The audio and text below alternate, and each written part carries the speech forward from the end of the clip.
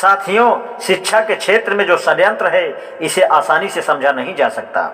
इसके लिए हमें इतिहास की सहायता लेनी पड़ती है। तिलक, जिन्होंने कहा स्वराज्य मेरा जन्मसिद्ध अधिकार है, वे अपने भाषणों में खुलेआम कहते थे, कुंभियों को चुनाव लड़कर क्या संसद में तेल निकालना है। उन्होंने सही कहा था। 1952 में जब स्वतंत्र भारत में लोकसभा का पहला चुनाव हुआ तो तिलक के उत्तराधिकारी पंडित नेहरू ने कांग्रेस में 60% ब्राह्मणों को टिकट दिया और जिनमें से 56% ब्राह्मण चुनाव जीत कर आए और लोकसभा की कुर्सियों पर आसीन हुए। आजादी पाने के 67 वर्ष बाद तो इस देश की जनता को तिलक और नेहरू के इशारे को समझ जाना चाहिए कि स्वराज्य किस जाति का जन्मसिद्ध अधिकार है और उसका जनसंख्या प्रतिशत कितना है। 3% लोगों को 60% कुर्सियां मिली। शिक्षा तंत्र और शिक्षा व्यवस्था का गणित इससे बेहतर नहीं, बुरा ही है। ऐसी स्थिति में शिक्षा के नियामक क्यों सोचने लगे कि इन जातियों के बच्चे भी पढ़ें और उन्हें सरकारी नौकरियां मिलें।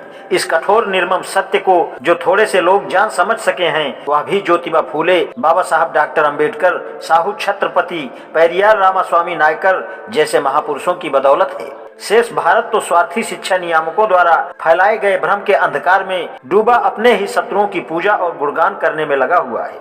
पौने 2000 साल पहले की मनुस्मृति की रचना के साथ शुरू हुई इस साजिश को शिक्षा के क्षेत्र से जब तक समाप्त नहीं किया जाता, तब तक भारत की भावी पीढ़ी का भविष्य सुधरने वाला नहीं है। अराजकता समाप्त करनी ही होगी। शिक्षा में यह अराजकता की स्थिति धीरे धीरे बना दी गई है। यह स्वार्थी तत्वों की शरारत है। शरारत के बजाय उसे हिमाकत कहना अधिक उपयुक्त होगा।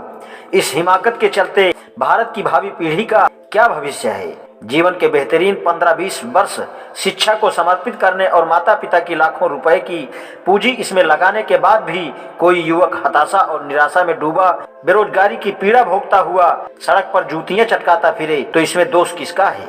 क्या उन शासकों का नहीं जिन्होंने सोने की चिड़िया कहे जाने देश पर 67 वर्षों तक राज किया और आगे भी जनता को मूर्ख बनाकर पूंजीवाद की बैसाखियों पर चलकर इस देश के सिंहासन पर आसीन होने के मंसूबे बना रहे हैं? क्या उस शिक्षा नियामकों का नहीं जिन्होंने इस देश की जनता को सच से बेखबर रखा, अपनी रोटियां सेकने के लिए शिक्षा को तवे की तरह इस्तेमाल किया और अब नई शिक्षा नीति के नाम पर इस देश की भावी पीढ़ी को अज्ञानी बनाने की साजिश रच रहे हैं? देश के युवकों को ही इसका निर्णय करना है। शिक्षा में व्याप्त अराजकता को जितना शीघ्र हो सके समाप्त करना है। गरीब अमीर, छोटे बड़े, किसान मजदूर, सबके बच्चों के लिए समान और एक रूप शिक्षा की व्यवस्था करना है। इसे संभव बनाने के लिए व्यावसायिक राजनेताओं को सत्ता की कुर्सियों से पहले अपदस्थ करना होगा। इसके बाद ही शिक्षा में व्याप्त यह अराजकता समाप्त होगी। आज इतना ही, शेष कल। धन्यवाद।